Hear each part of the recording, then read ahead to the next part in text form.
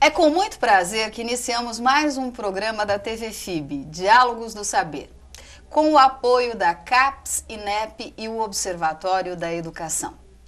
A FIB, preocupada em disseminar o conhecimento de forma crítica e reflexiva, traz nos estúdios deste programa profissionais e especialistas de várias áreas discutirmos temas importantes e pesquisas que estão sendo desenvolvidas. Diálogos do Saber de hoje tem por objetivo provocar reflexões importantes a todos nós sobre estilos de aprendizagem, educação à distância e tecnologias. Para iniciar Diálogos do Saber, temos como convidada na TV FIB a professora doutora Daniela Melaré Vieira Barros, pedagoga pela USC, especialista em instrucional designer, especialista em administração em educação à distância, mestre em engenharia das mídias para educação pela Euromime de Portugal, Espanha e França, mestrado em educação pela Unesp, doutorado em educação pela Unesp e também fez doutorado pela UNED de Madrid e é colaboradora da Open University no projeto CoLearn e é também editora da revista Estilos de Aprendizagem. Seja bem-vinda à TV FIB e ao programa Diálogos do Saber, Daniela. Obrigada, Regina. É um prazer estar aqui com vocês hoje, né, com a FIB, para a gente discutir um pouquinho esses temas que são tão importantes para a área da educação. Daniela, eu escolhi uma fala de um autor que eu gosto muito, que é o Kensky, que já em 1996, ele afirmava que a aprendizagem ela pode se dar com o envolvimento integral do indivíduo, isto é, do emocional, do racional, do seu imaginário, do intuitivo, do sensorial e interação a partir dos desafios da exploração de possibilidades, do assumir de responsabilidades, do criar e do refletir juntos. Nós sabemos que aqui no Brasil, atualmente, a educação enfrenta sérios problemas, né? Desde os problemas estruturais até a questão da leitura, da escrita, da matemática e muitas vezes a falta, não só, muitas vezes a gente tem o acesso às tecnologias, mas não se tem, digamos assim, o preparo para essas novas tecnologias. Não, muitas vezes porque não tenha a tecnologia em si, mas não sabe como fazer.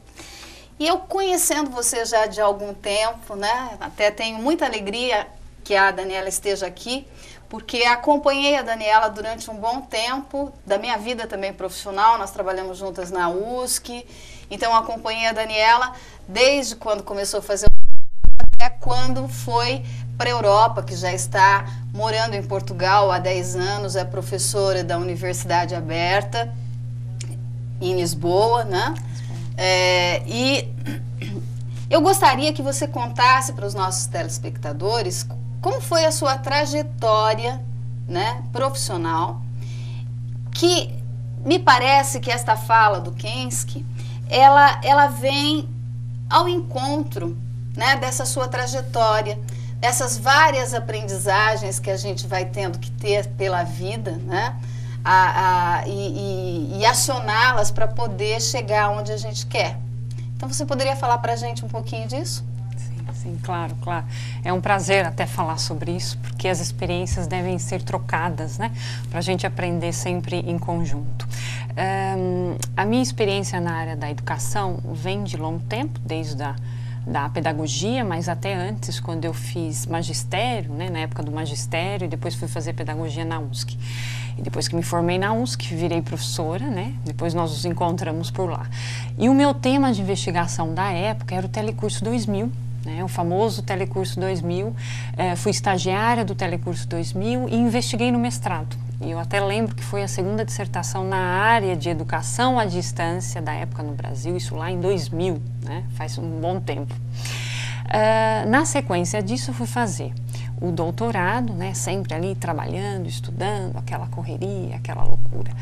E fiz o doutorado mais na área de formação de professores, que era na área, à época eu estava trabalhando com a formação dos professores e, é claro, pensando nas tecnologias. E também me lembro que era o início da educação à distância nessa nova versão do virtual, né? No ano 2001, 2002, isso estava iniciando nas redes públicas com alguns cursos de formação de professores, então era um tema instigante para a época. E a parte disso, a Unesp me possibilitou o contato com o pessoal do exterior, da Espanha na época, da UNED, que é a Universidade Nacional de Educação à Distância, do qual contactei e acabei indo para lá com uma bolsa da CAPES, né?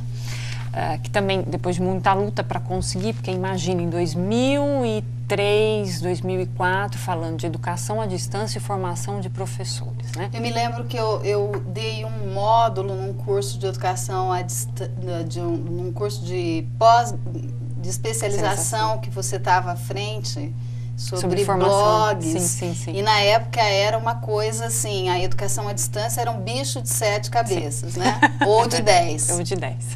É verdade. Ainda hoje ainda é um pouco. Sim, né? É verdade. A gente precisa falar um pouquinho mais sobre isso também. Bom, aí, enfim, fui para lá e acabei ficando, né? Fui lutando porque terminei o doutorado lá, voltei, consegui uma outra bolsa lá pela Espanha mesmo e retornei e fiquei, né? Isso já vão mais de 10 anos quase, né? A experiência de estar na Europa e o esforço para estar na Europa, porque hoje é muito fácil até, né? O pessoal tem várias opções de bolsa, né? Na época não, na época era um pouquinho mais complicado. Não né? existiu Sem Fronteiras. Não existiu Sem Fronteiras, né? A fronteira éramos nós, as leituras e os textos e o esforço de fazer os projetos. E a língua, né? A língua também era um complicador e tinha os exames que tinham que ser feitos, etc.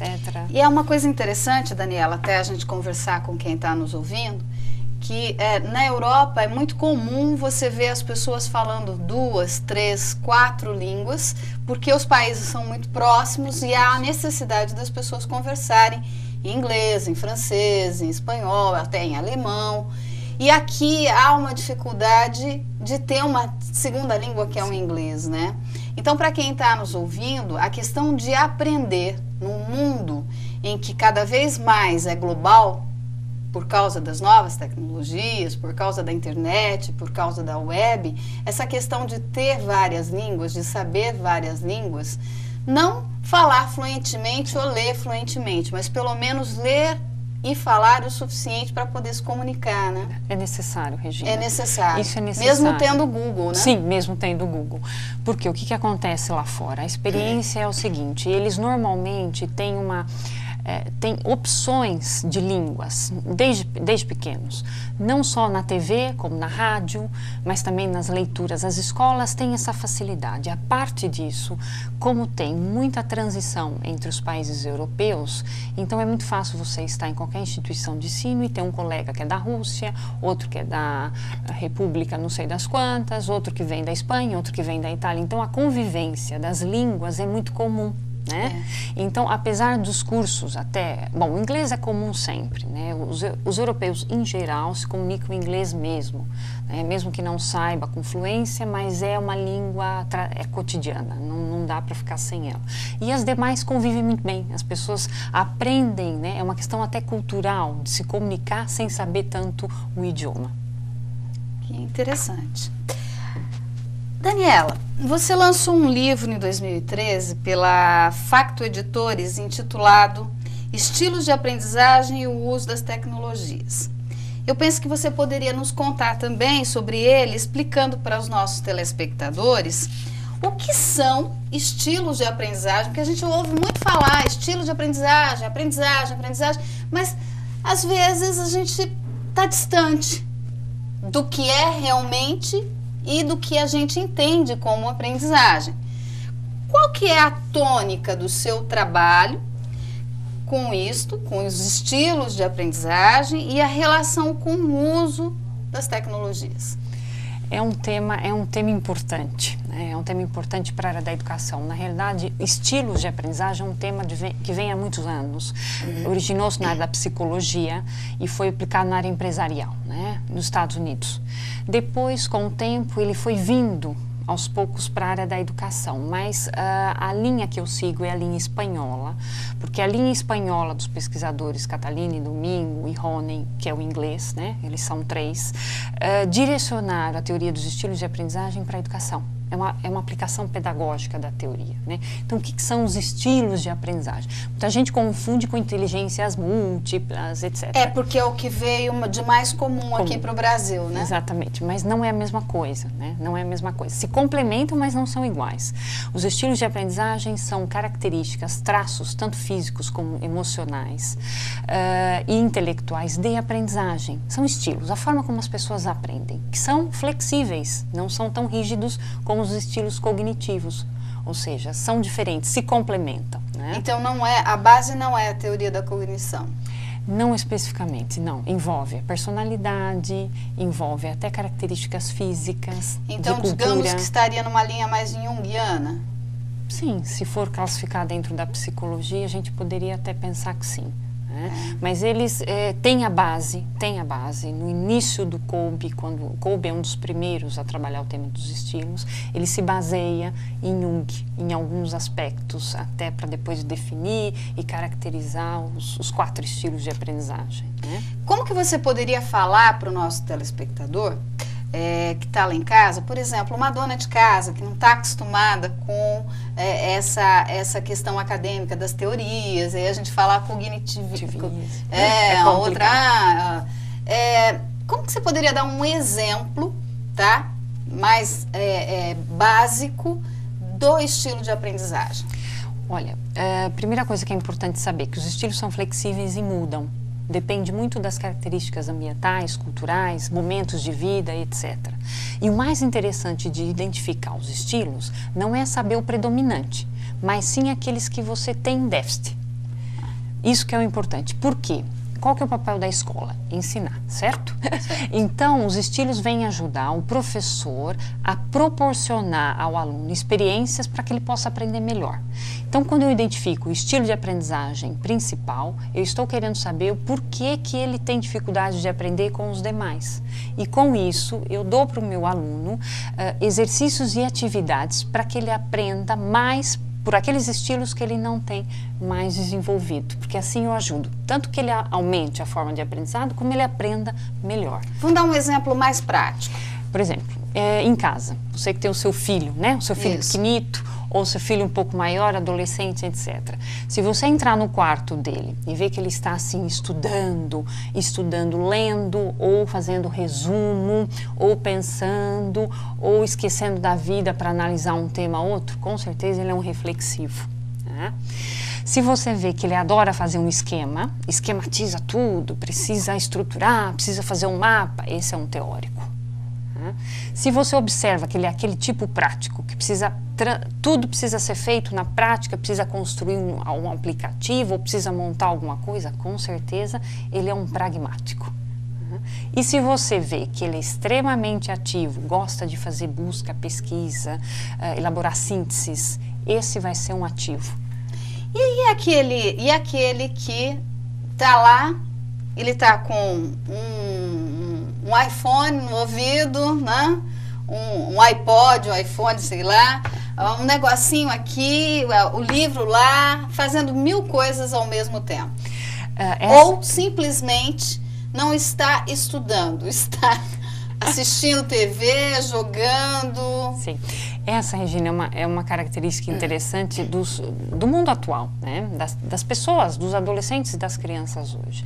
Como é a era da não atenção, como a gente diz, ou da conexão em vários sentidos.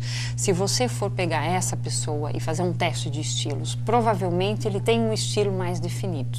Ele tem mas ele também deve ter alguns que ele não é capaz de desenvolver e que precisa de uma atenção melhor. Então, a característica dessa geração, vamos dizer, né? Geração Z, o Y, enfim. Ela é mais dispersa, ela é mais imediatista. Então, Como fazer, né? Até eu acho que é uma angústia de um monte de mães que está em casa, né? Que vê o filho lá jogando na internet, no Facebook, não sei o que e tal, e tem a preocupação de que ele retenha, assimile o conhecimento, mas é muito difícil. O que a gente poderia dizer para começar um caminho para identificar? Eu entendo, essa é uma preocupação mesmo, que é a preocupação dos professores, né? Como Também. É que eu uso as tecnologias ou a gama de interfaces e ferramentas que a gente tem para aprendizagem. Sim. Né? Mas a aprendizagem que o professor pensa é a aprendizagem institucional, curricular. Né? E a gente não precisa pensar só essa aprendizagem, que essa é importante e também é uma questão que merece um programa, né? Formação Sim. de professores e uso dos dispositivos, etc, etc. Mas também pensar a educação informal. Informal. Né, que é o informal, ou seja, como é que você possibilita para o teu filho interfaces e ferramentas e como você faz disso um caminho de forma informal, sem currículo ou horário, né, ou necessidades de objetivos, etc, mas que ele tenha um espaço de aprendizagem, que ele use aquilo não só para se divertir, mas também para aprender. Né? A grande chave para isso é um ambiente familiar que possibilite curiosidades para ele. Ou seja, desafios que dê para essa geração pequenos bits de informação, como eu digo. Olha, você viu aquele tema? Você sabe alguma coisa sobre isso? Olha, filho, eu precisava daquilo. Dá para você achar alguma coisa para mim sobre esse tema? Ou, olha, você vai ter que fazer essa... Ah, muito bem, você vai ter que estudar isso, né? O que você viu aí na internet sobre isso? Por exemplo, o tema do plágio, né? Que é um outro tema que também a gente poderia discutir aqui muito tempo. O que é o plágio? Essa coisa dos direitos de autor hoje é uma coisa super discutível, porque, por exemplo, quando o aluno busca na internet, né, lê os conteúdos na internet e transpõe isso para a sua aprendizagem, até que ponto, como é que eu ensino ele ler aquilo e não plagiar aquilo, mas reter a informação e depois refletir sobre aquilo e escrever sobre aquilo. É todo um caminhar pedagógico que falta na área da educação para usar todas essas interfaces para a aprendizagem. Né? Isso a gente é muito claro, é muito claro. E em casa, o grande caminho é esse, são os bits de curiosidade, são os bits... Então, estilos de aprendizagem seria trabalhar as várias facetas do ser humano integralmente. A partir da observação dele no emocional, no psicológico, no acadêmico, nas suas várias facetas cotidianas também. Também, sim. O que é importante da teoria é porque você ajuda o indivíduo a aprender melhor. Né? Esse é o grande objetivo. Não é identificar o que ele tem de mais ou de menos, mas é ajudá-lo a aprender melhor. Porque a gente traduz isso em estratégias e ferramentas didáticas. Nossa, que bacana. E essas estratégias didáticas de ensino e de aprendizagem voltadas para os usos da tecnologia, como é que você trabalha isso nas suas pesquisas? Como é que é isso? Isso é super importante, porque o grande desafio hoje, né, como vocês sabem, na área da educação virtual, na educação à distância, no e-learning, que a gente também já vai falar um pouquinho mais sobre isso, é a forma de aprender. Né? Como é que eu organizo isso? E a teoria dos estilos vem ajudar a entender a forma de elaboração de materiais, de elaboração de estratégias, de elaboração de metodologias, de avaliação, como é que eu organizo isso, né? E transponho isso para o ensino institucional. A parte desse aspecto, a teoria de estilos, eu sempre afirmo isso, que é uma teoria que ajuda a entender a importância das tecnologias na educação. Sabe por quê? Porque ela ensina, ela demonstra para a gente que aprender de várias formas pode ser um sucesso dentro das dificuldades. E quem facilita isso? As tecnologias. Como é que numa sala de aula você consegue dar tanta opção de aprendizado se você não tiver uma interface chamada computador? Agora você entrou num ponto bem interessante, que é a seguinte: se fala em computador, se pensa em internet. Tá? Se pensa em internet, se pensa em educação à distância. Aqui no Brasil, por exemplo, existe uma cultura, né, de que a educação à distância, ela é uma coisa muito complexa e que a aprendizagem virtual, ela não é efetiva, ela não é como a presencial. O que fazer diante dessa problemática se, por exemplo, eu sou uma pessoa que estou aí trabalhando, preciso fazer um curso de graduação e eu não tenho condições senão a fazê-lo à distância, como já existem vários, tipo curso de letras, até direito, né? Como é que fica isso? Como é que você vê a educação à distância? Aqui no Brasil, por exemplo, a FGV e o Sebrae já estão fazendo cursos, módulos para o ensino à distância para o ensino médio, né?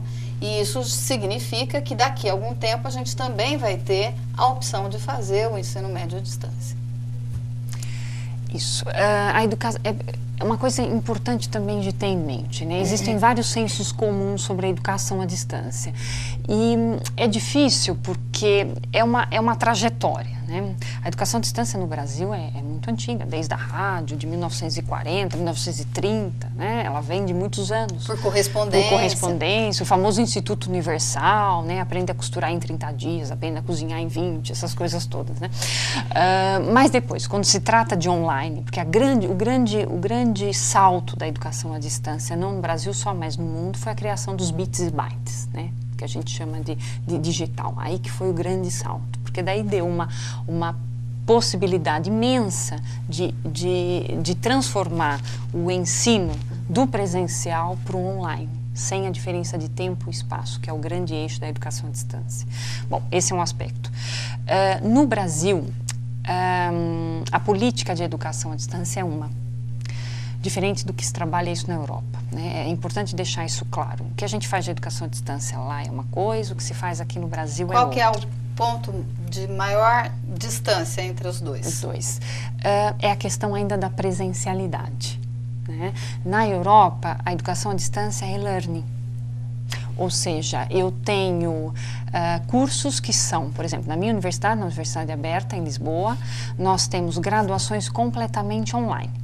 Eu não vejo o aluno, não vejo. Ele faz provas finais, somente finais, presenciais, porque é uma exigência do Ministério da Educação, né? Ainda, mas também daqui a alguns anos não vai ser tanto. Mas as demais atividades, enfim, toda a trajetória do aluno é feita completamente à distância. E a gente chama isso de e-learning.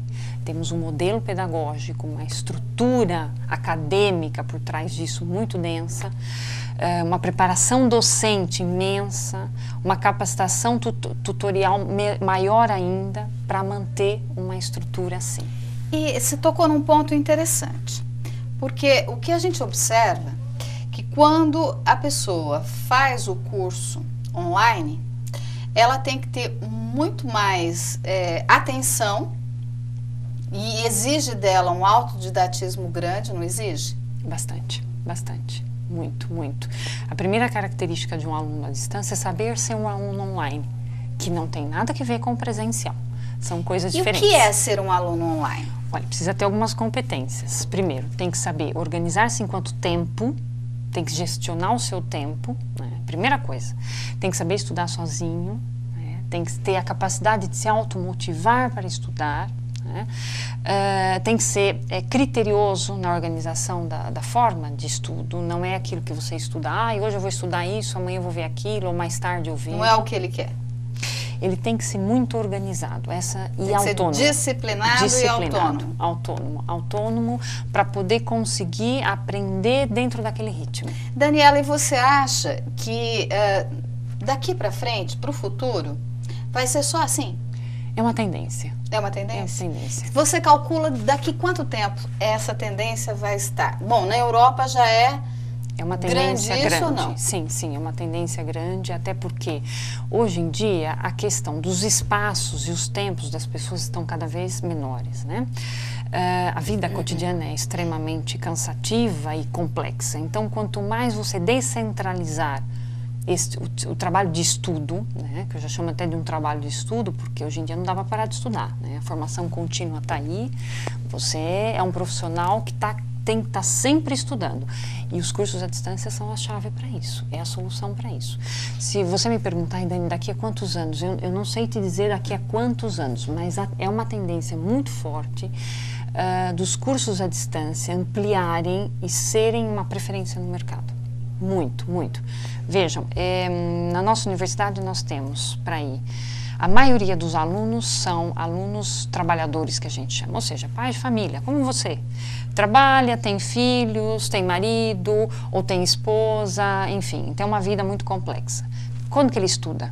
Ele estuda na hora que ele se organiza para isso. Se ele conseguir, de segunda a sexta-feira, abrir o meu curso e ver todos os dias, fantástico. Se ele não pode, só na quinta, então ele vai passar 4 horas na quinta-feira trabalhando com o meu curso. Ou seja, ele se organiza. O que importa é que no domingo ele entregue para mim o trabalho, ou ele responda para mim a atividade, ou ele entenda o tema de acordo com o que eu perguntei. Enfim, ele se organiza. Mas ele produz um resultado, isso que é o importante. Então é uma tendência chave. Eu sempre, é uma coisa que eu arrisco, mas as universidades presenciais pode demorar um pouco, mas elas têm que se cuidar. Tem que se cuidar porque elas precisam estar atualizadas em relação a isso, né? Eu sei que a legislação brasileira ainda é até inicial na área de educação à distância, mas já deu passos muito bons, está fazendo um trabalho interessantíssimo. Recentemente, agora com a minha visita aqui ao Brasil, conversei com algumas pessoas que trabalham em avaliação de cursos à distância e vi que está tendo um resultado muito interessante, né? Que alguns locais do Brasil, como por exemplo, lá no norte, na floresta amazônica, eu tenho um polo de uma instituição. Isso é fantástico. Isso é fantástico, né? Dá acessibilidade a quem não... uma pessoa daquela região conseguiria fazer um curso acessibilidade, Regina. Sabe, as pessoas muitas vezes me perguntam, professor, acessibilidade. Olha, eu tenho na universidade cerca de 40 pessoas, cegos, surdos, com dificuldades de cadeirantes, a gente chama lá cadeirantes, aqui eu não sei se é mesmo... Mas eu tenho uma série de pessoas que falam para mim, professora, se não fosse a universidade aberta, jamais na minha vida eu poderia fazer um curso, né? Então a questão da acessibilidade, da inclusão é um fator essencial da educação à distância. E agora um outro ponto também que é importante, que todo mundo se questiona a qualidade, né? Eu já fui em conferências, já dei conferências em que a primeira pergunta, aqui sempre no Brasil que me ocorre isso, né, Regina? A primeira pergunta era, professora, a qualidade. A educação à distância não é um curso vago? Primeira coisa que me fala. Depois a segunda pergunta, que é a mais comum. Professora, a senhora confiaria num médico formado à distância? Eu acho, essa é a pergunta-chave, né? Bom, resposta para essas duas perguntas. Primeiro, o que é qualidade? A educação à distância, apesar de não se ter essa ideia, exige da docência muito mais do que a educação presencial, Regina. O que você poderia deixar como reflexão para os educadores brasileiros sobre estilos de aprendizagem, educação à distância, as tecnologias? O que você deixaria para o nosso público? Olha, é difícil. Tem tantas coisas, mas uma reflexão assim importante, que eu acho que os educadores em especial, considerem tudo que o seu aluno pode te oferecer.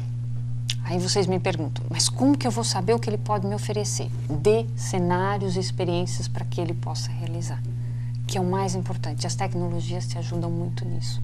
Você não precisa dominar toda a tecnologia, você só precisa saber que ela possibilita cenários e experiências para o seu aluno. Sabendo disso, você já andou meio caminho. Sabendo disso, você já está considerando os estilos de aprendizagem. Sabendo disso, você já está sendo inovador na sala de aula. Nossa, que bacana! Então, vamos oferecer cenários para os nossos filhos e até para nós mesmos, né? De vez em quando é bom mudar o cenário, é bom ir atrás de novos caminhos, né? E tornar a vida da gente um pouquinho mais colorida, com uma visão diferente.